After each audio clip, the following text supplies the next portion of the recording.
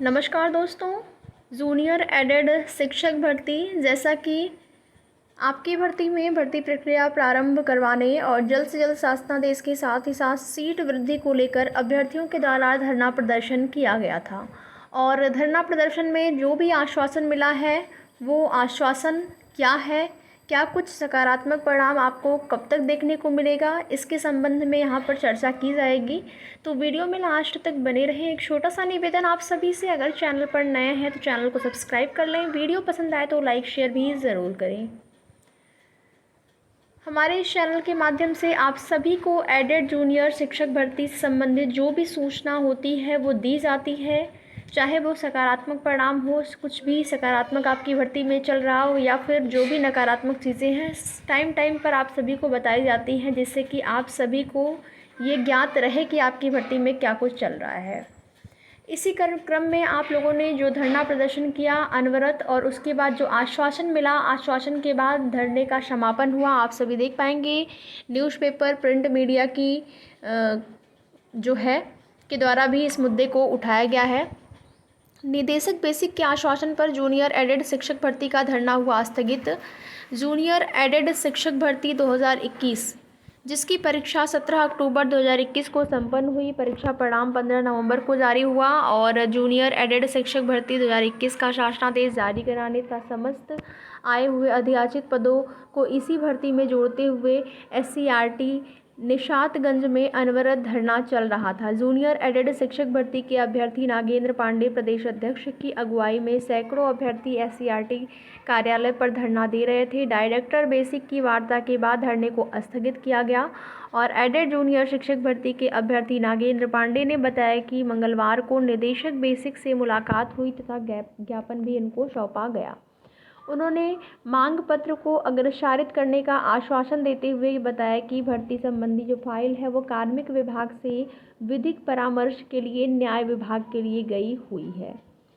तो यानी कि अब जो प्रोसेस जो है चल रहा है, इससे ये चीज़ें स्पष्ट हो रही हैं। जब अधिकारियों ने इतना आश्वासन दिया कि कार्मिक विभाग से विधिक परामर्श लेना है और विधिक परामर्श के लिए न्याय विभाग गई, देखिए जो भी चीज़ें होती हैं, जो भर्तियाँ मेन रूप से जो पहली बार जो भर्ती होती है उसमें थोड़ा सा ये प्रॉब्लम होती है, भर्ती फंस न जाए, बाद में कुछ कोर्ट केस वगैरह ना हो जाए, तो उसमें थोड़ा सा यहाँ पर डिले होता है। लेकिन ये मानते हैं कि आपकी भर्ती में डिले कुछ ज़्यादा ही हो गया है, तो कार्मिक विभाग से अब फाइल जो है वो न्याय विभाग को भेज दी गई है। जैसे ही न्याय विभाग से फाइल आएगी उसके 2-3 दिन बाद ही शासनादेश जारी हो जाएगा। तथा शासनादेश के बाद लगभग 2 महीने भर्ती होने में समय लगेगा। तथा उन्होंने बताया कि इस संबंध में आज ही महानिदेशक कंचन वर्मा सहित अन्य कई जो है अन्य भर्ती संबंधित अन्य कई अधिकारियों और विभाग से भी वार्ता हुई। धरने में मुख्य रूप से जो अभ्यर्थी सम्मिलित थे उनका नाम यहाँ पर दिया गया है। तो इस प्रकार से आश्वासन के बाद अभ्यर्थियों ने अपना धरना जो है स्थगित किया।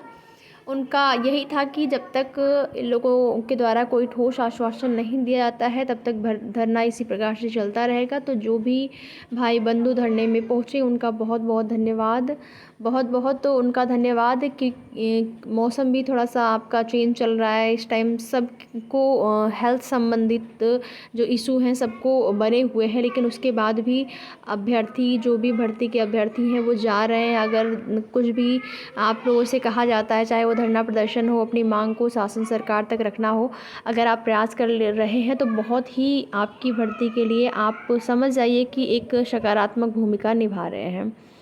बाकी जो नेगेटिव लोग हैं वो हर जगह रहते हैं, नकारात्मकता फैलाने वाले, जो कि ये कहेंगे कमेंट में आगे कि भर्ती 2027 में पूरी होगी। ऐसे कई कमेंट आते हैं जिनका केवल यही आते हैं और लिख के चले जाते हैं कमेंट में कि 2027 में भर्ती पूरी होगी। तो जो नेगेटिव हैं वो नेगेटिव ही रहेंगे, वो अपने तो नेगेटिव रहेंगे ही और चारों तरफ नकारात्मकता फैला देते हैं। लेकिन पॉजिटिव आपको रहना है, साथ ही साथ किसी भी अन्य भर्ती की तैयारी अगर आप कर रहे हैं तो उसको भी आपको करते रहना है, चाहे UP SSSC की कोई भर्ती हो, UPPSC की कोई भर्ती हो, या यूपी में आप नई शिक्षक भर्ती का वेट कर रहे हैं।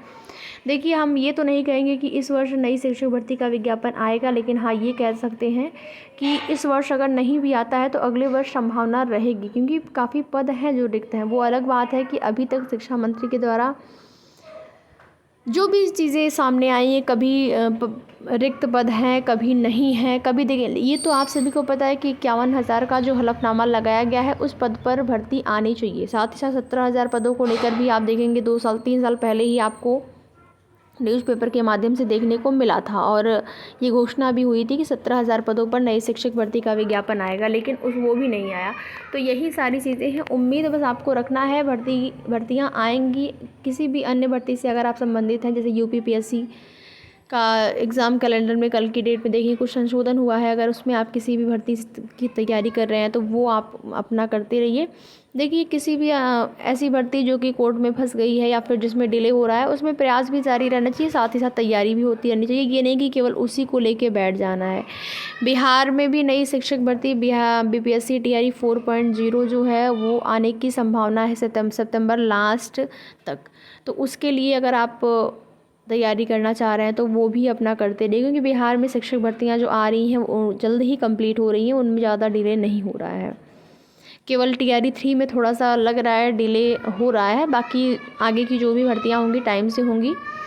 तो आगे की जो भी जैसी भी सूचना मिलती रहेगी आप सभी को उसकी जानकारी समय समय पर इस चैनल के माध्यम से दी जाएगी। वीडियो में लास्ट तक बने रहने के लिए आप सभी का बहुत बहुत धन्यवाद।